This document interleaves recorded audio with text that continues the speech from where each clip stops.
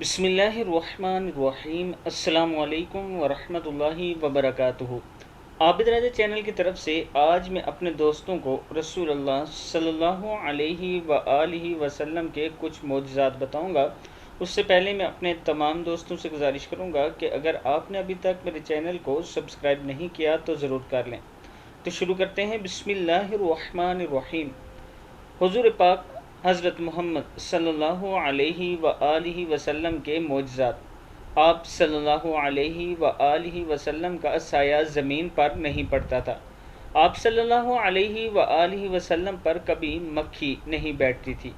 आप सल्लल्लाहु अलैहि व आलिहि वसल्लम को कभी जमाई नहीं आती थी। आप सल्लल्लाहु अलैहि वसल्लम जैसे आगे देखते थे वैसे ही पीछे देखते थे।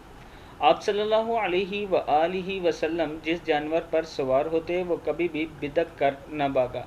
आप सल्लल्लाहु अलैहि व आलिहि वसल्लम के पसीने से खुशबू आती थी। आप सल्लल्लाहु अलैहि व आलिहि वसल्लम जिस पानी में लाहबे दहन डाल देते वो मीठा हो जाता। मैं अपने दोस्तों से गुजारिश करूंगा कि जो इस वीडियो को देखे, एक बार आपने दुरूद शरीफ पढ़ना है और पूरी उम्मत के लिए ज़रूर दुआ करनी है। आज जितना ज़्यादा हो सके हम नबी अकरम सल्लल्लाहु अलैहि व आलिहि वसल्लम पर दुरूद भेजेंगे।